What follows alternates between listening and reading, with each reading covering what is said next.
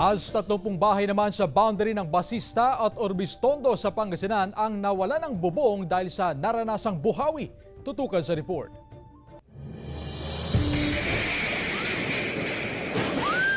Kita sa cellphone video na ito ang nagliliparan na yero dahil sa lakas ng hangin at ulan sa barangay Bayoyong, Basista, Pangasinan tanghali nitong Sabado. Maririnig din ang pagsigaw ng ilang residente dahil sa takot.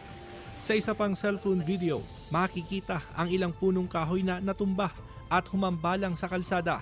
Ang kuliglig ni Mang Wilfredo nasira matapos mabagsakan ng puno. Biglang may parating na may team. So dyan, akala ko nga bubuhatin yung mga kawayan dyan eh. Pero saglit lang dumaan. Pero malakas. Nung nakita ko na yung ano ko doon, yung kuliglig ko, wasak na.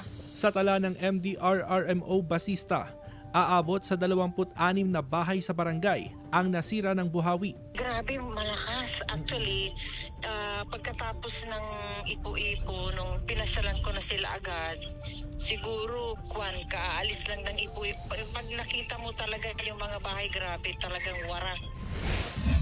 Sa barangay Pasibi East, Orbistondo, Pangasinan, 3 bahay rin ang sinalanta ng buhawi. Natuklap ang bubong ng ikalawang palapag ng bahay nila Durina. Pati ang katabing piggery, halos gumuho. Nagla-lunch kami, tapos biglang yun, lumakas yung ulan, tapos yung hangin. Napansin ko na nawala na yung bubong namin. Kasi maliwanag na dun sa may bodega po.